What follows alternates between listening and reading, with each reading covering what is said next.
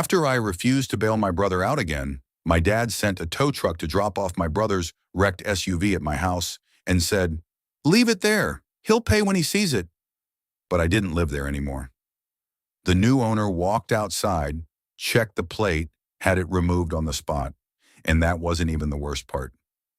Before we start, if you enjoy these kinds of stories, subscribing is the single best thing you can do to support the channel. We put a lot into every video, and every new subscriber tells us to keep going. Means a lot. Now let's jump in. The tow truck showed up at 3 p.m. on a Saturday. My brother's wrecked SUV hanging off the back, front end crushed, airbags deployed, windshield spiderwebbed. The driver checked his clipboard, backed into the driveway, and dropped it on the concrete like he was delivering furniture. My father had arranged it. He thought this was my house. It wasn't. I sold it 4 months ago and didn't tell anyone.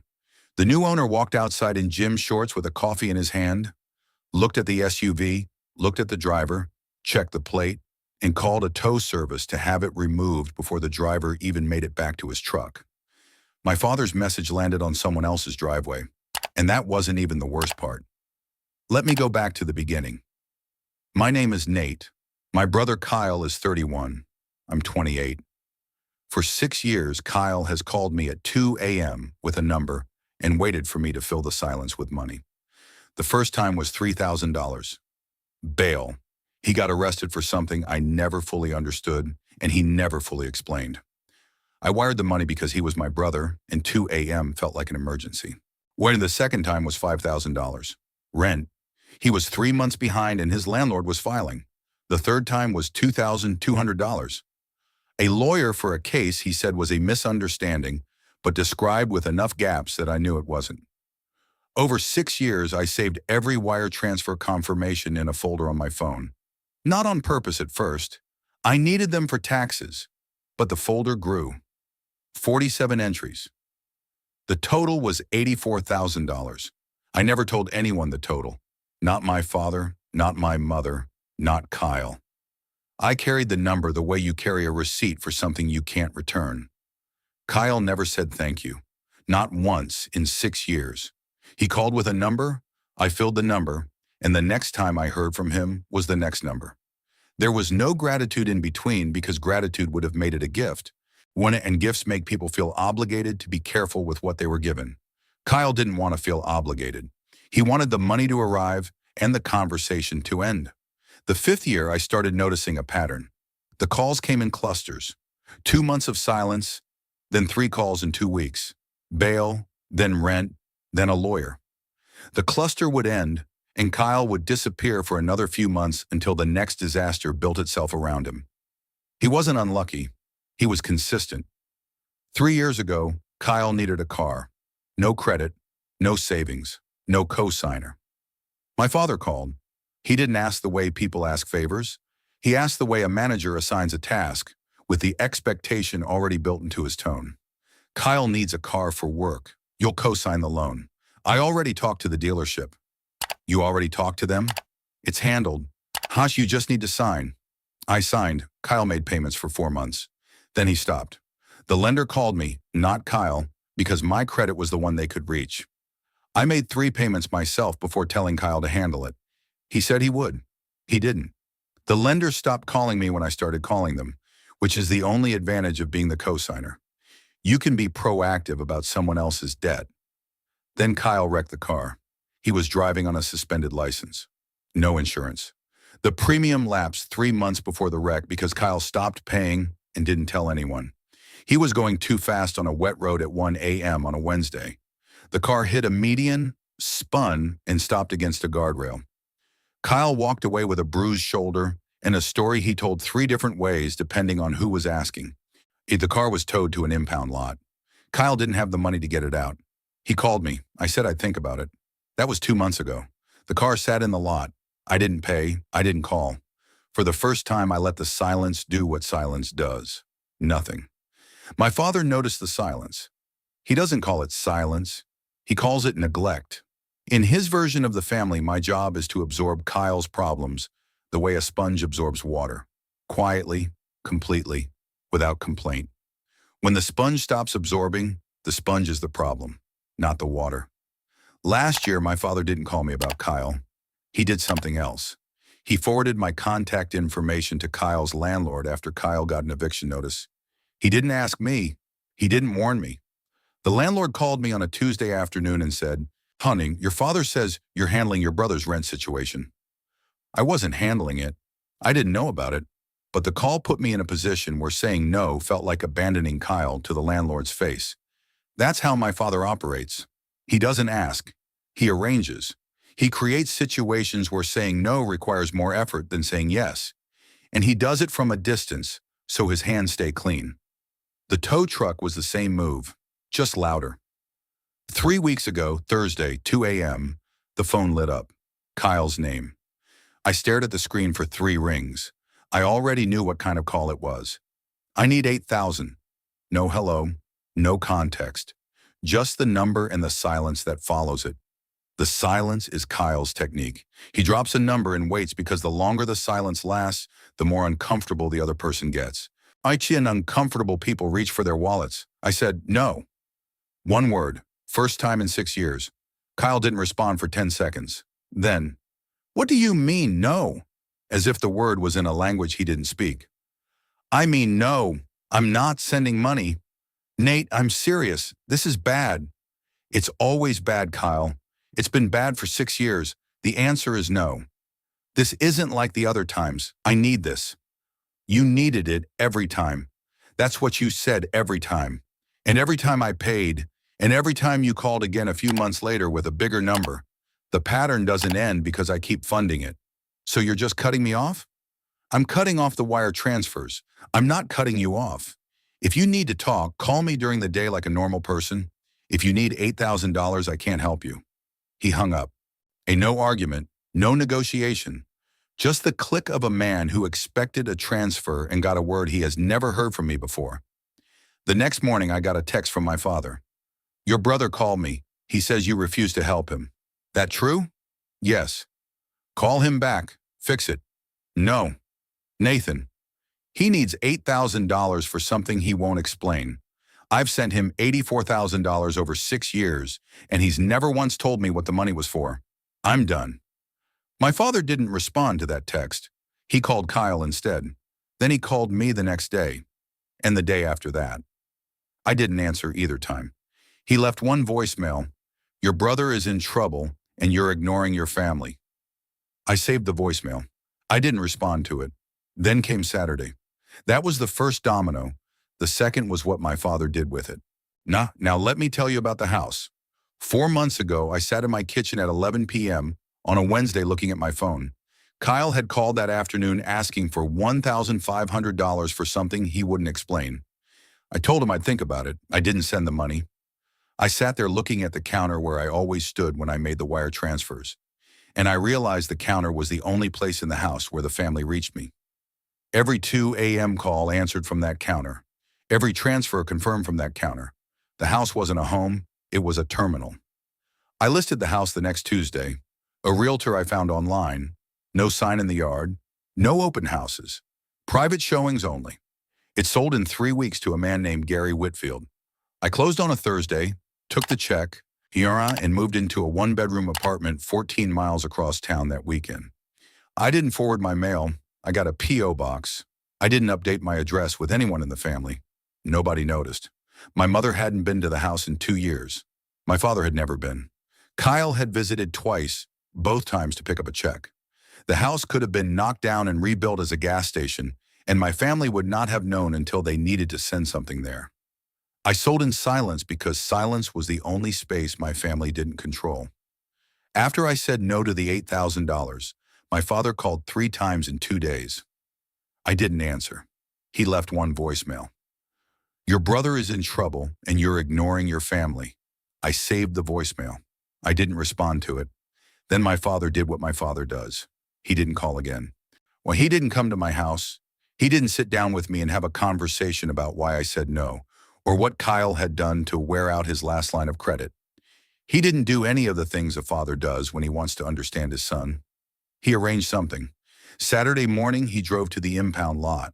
I found out later from the tow company that he arrived at 9 a.m. He walked in, asked about Kyle's vehicle, and paid the $280 release fee with his credit card. The clerk at the lot asked if he was the registered owner. He said he was the father. The clerk said the registered owner needed to authorize the release. My father said, "I'm authorizing it. I'm paying for it. That's my son's car." The clerk let it go because $280 is $280, and impound lots don't argue with credit cards. Then he called a tow company. Not the same one that had towed Kyle's car after the wreck. A different one. He gave the driver an address. My old house.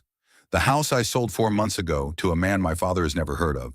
He told the driver to back into the driveway, drop the SUV, and leave without ringing the bell. Just drop it and go. Those were the instructions.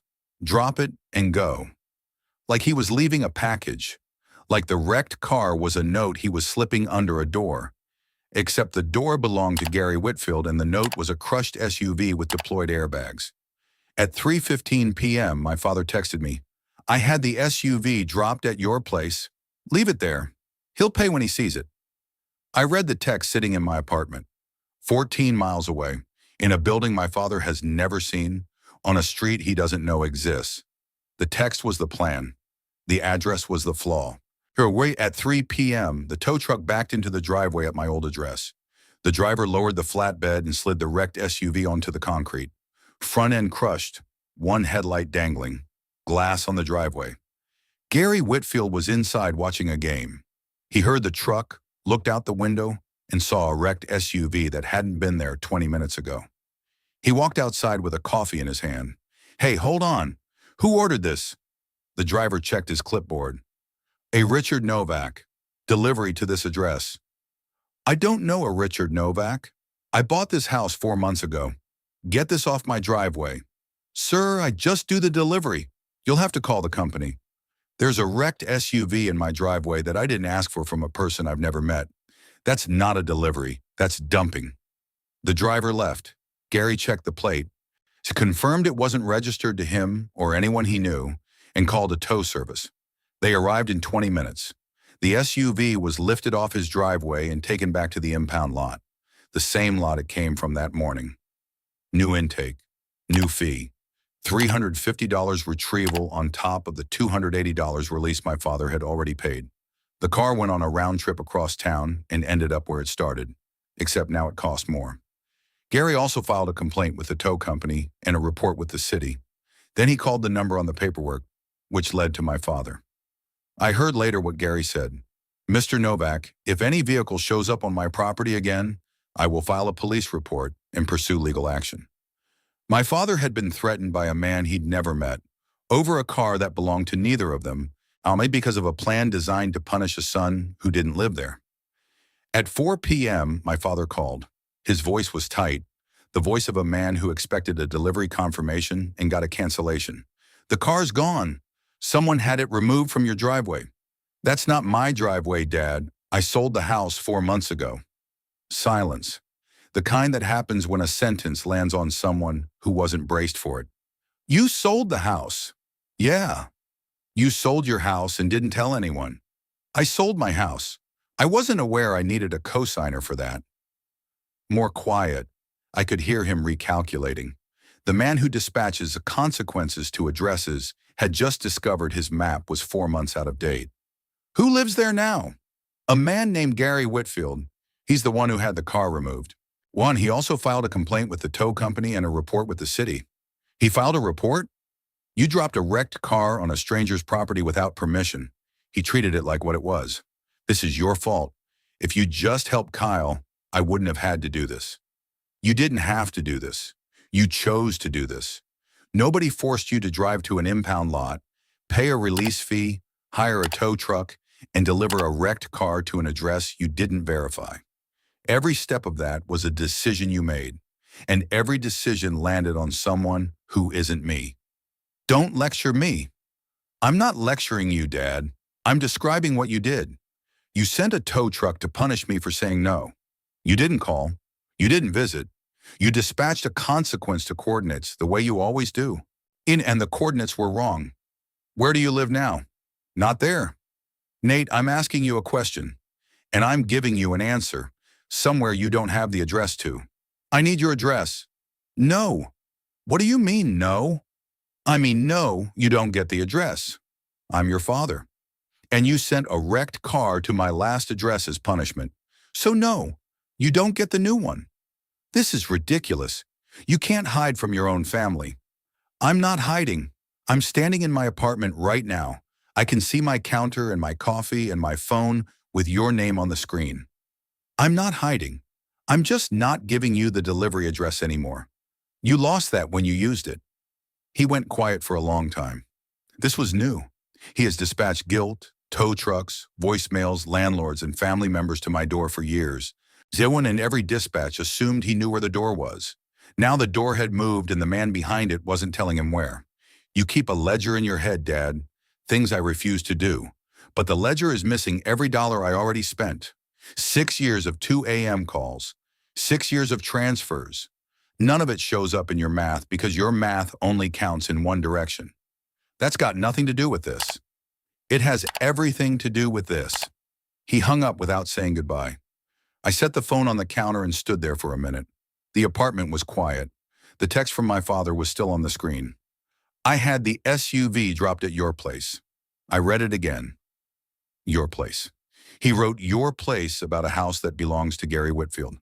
He dispatched a wrecked car to coordinates that haven't been mine since March. And the confidence in his text tells me he didn't check. He didn't verify. He didn't drive by. He assumed, because checking would have required paying attention to my life, and paying attention to my life has never been part of his system. I closed the text and opened the fridge. I made a sandwich. I ate it standing at the counter while my phone sat dark on the granite. Somewhere across town, Gary Whitfield was filing paperwork about a car he'd never seen before. Somewhere else, my father was sitting with a dead phone call and a credit card charge for a message nobody received. I finished the sandwich. I washed the plate. The apartment stayed quiet. Saturday evening, my mother called. I picked up because her calls work differently than my father's. His calls are operations. Hers are designed to sound like concern.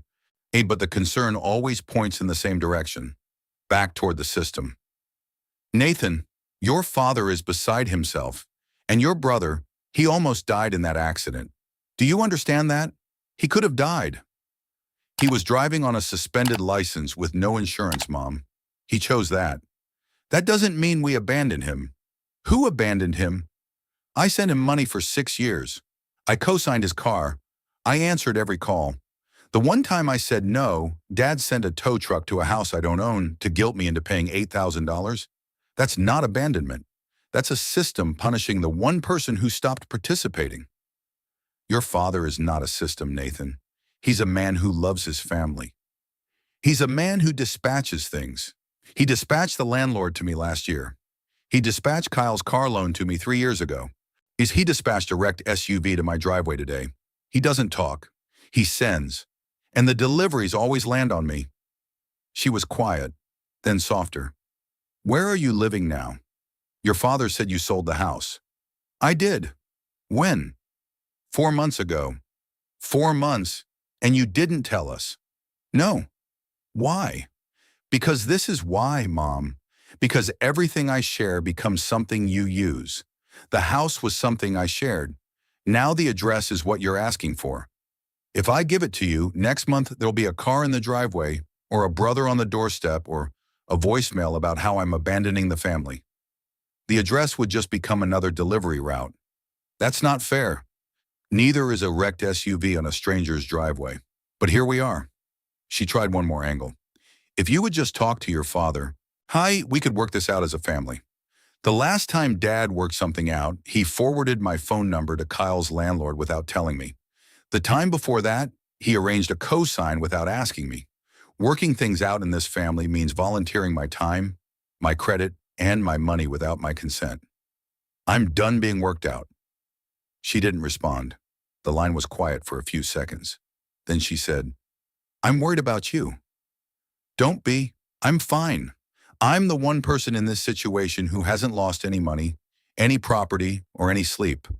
The person you should be worried about is Kyle, who now owes $350 he doesn't have because Dad used his car as a prop. She hung up. Not angry, overwhelmed. The call had gone in a direction her script wasn't written for. I sat at my counter for a while after that, and the apartment was quiet. The phone was warm in my hand from 2 calls back to back, one from each parent, each one running a different strategy against the same wall. I opened my phone and scrolled to the folder, the wire transfer folder, 47 entries. I hadn't opened it in months. I scrolled through the list, the dates, the amounts, the running total that I tracked, not out of resentment, but out of habit, the same way I track my rent and my utilities and my groceries.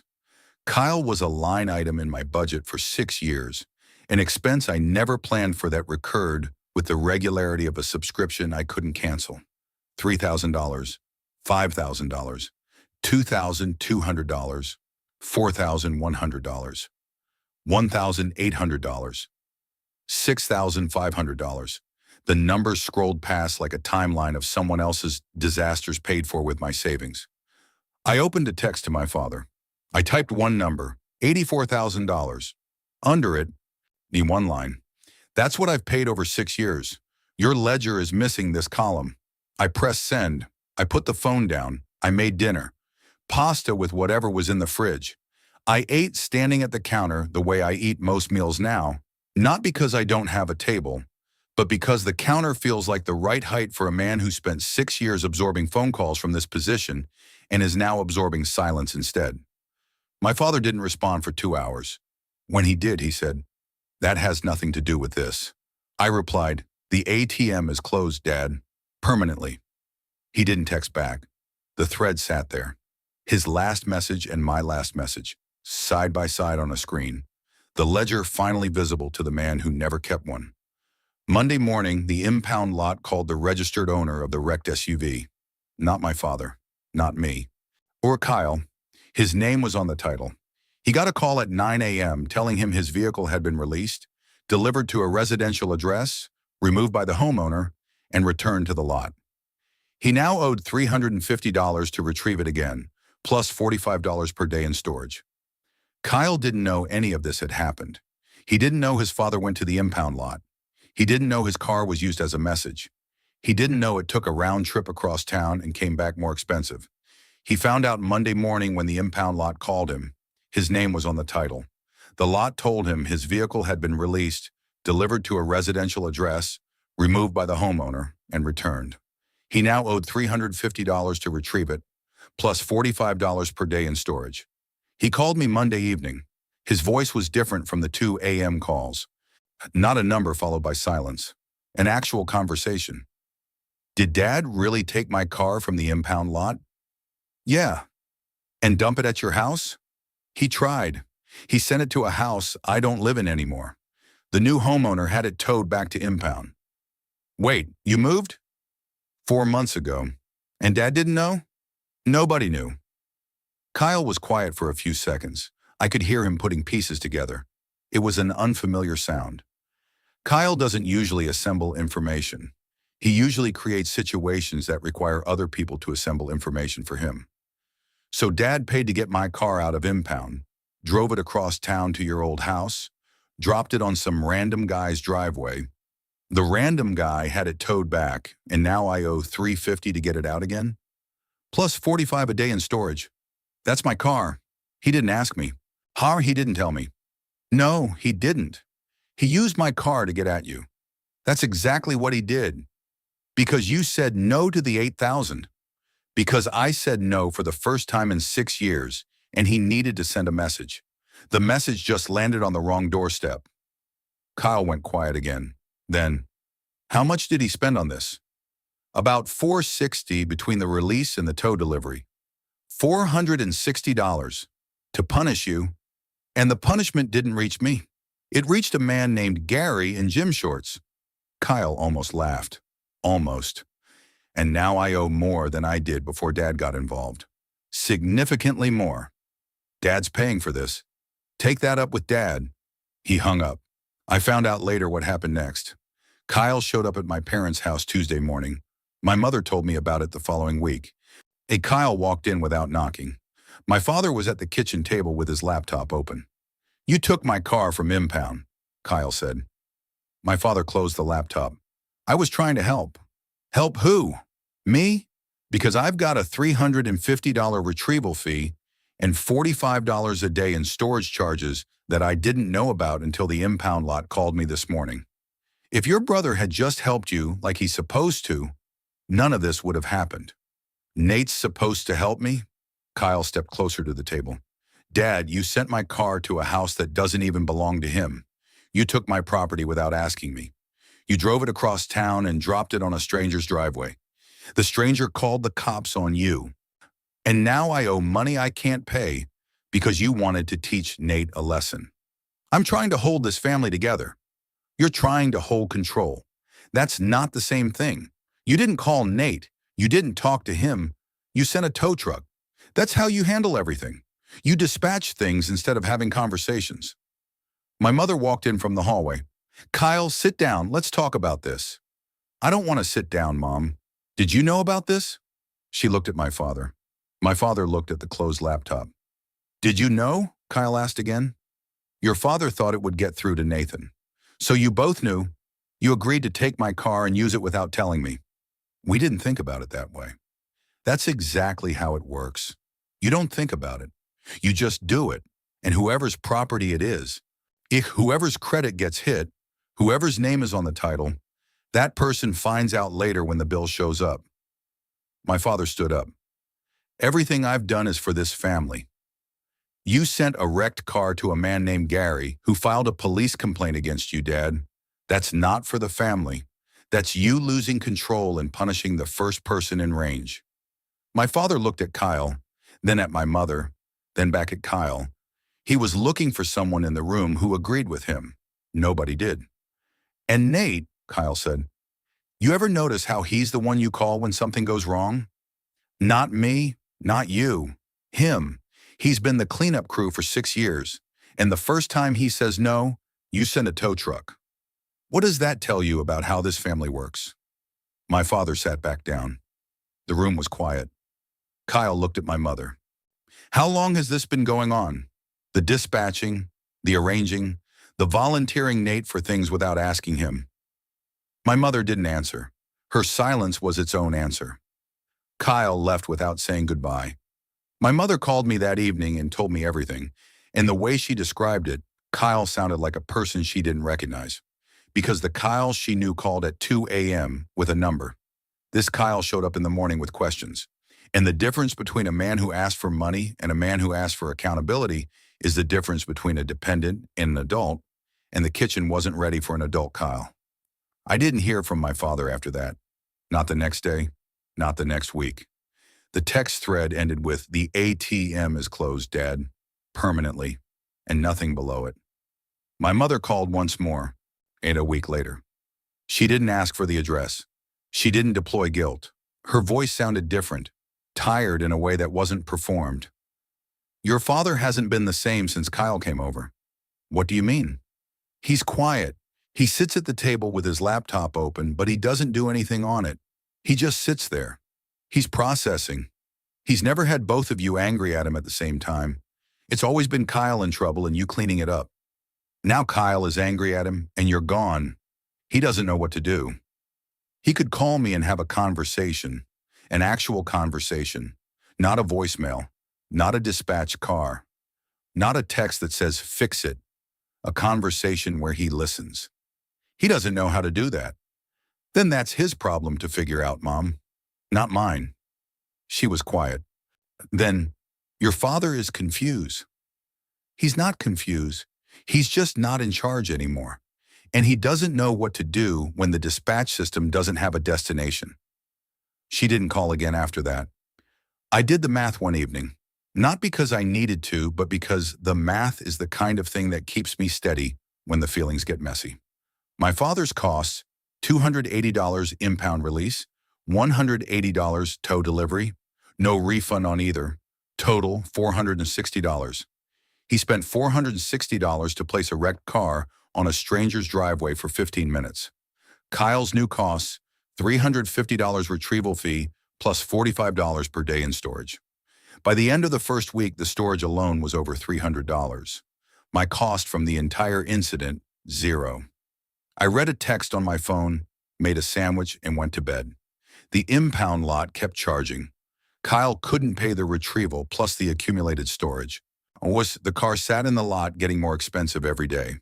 Eventually, the lot would sell it for parts, and the whole thing would end with a disposal notice mailed to a brother who stopped making payments on a car he stopped insuring and drove until he destroyed it. Co-signed by a man who said no. Weaponized by a father who thought he knew where his son lived. The following week was the quietest week I had experienced since I sold the house. No calls, no texts, no voicemails, no tow trucks. My phone sat on the counter and the screen stayed dark for entire evenings. I went to work. I came home. I cooked dinner. I watched TV. I slept without checking my phone at 2 a.m. because there was nobody calling at 2 a.m. anymore. The brother who used to call had been redirected to the father. The father who used to dispatch had been denied the address. When the mother who used to deploy guilt had run out of angles that worked, the system was still running somewhere. I could imagine it. My father at the kitchen table not talking, my mother in the hallway not knowing what to say, Kyle at someone else's house trying to figure out the impound fee. The machine was still operational. It just didn't have me inside it anymore. I had been a part in that machine for 6 years. The part that absorbed, the part that paid, the part that answered at 2 a.m. and said yes because yes was easier than the alternative. But the alternative, it turns out, is an apartment 14 miles away where the phone stays dark and the coffee gets cold at a normal pace, and nobody sends a wrecked car to your door because nobody knows which door is yours. The last thing I'll tell you is this. On a Tuesday evening, 2 weeks after the tow truck Saturday, I was sitting in my apartment. The phone was on the counter, muted. The family was loud somewhere else. Here the apartment was quiet. No wrecked car in the driveway because there was no driveway. No tow truck because nobody had the address. No 2 a.m. call because the ATM was closed and the number that used to mean money now meant nothing. I made coffee. I drank it standing at the counter. The apartment was 14 miles from the last address the family had on file. 14 miles was enough.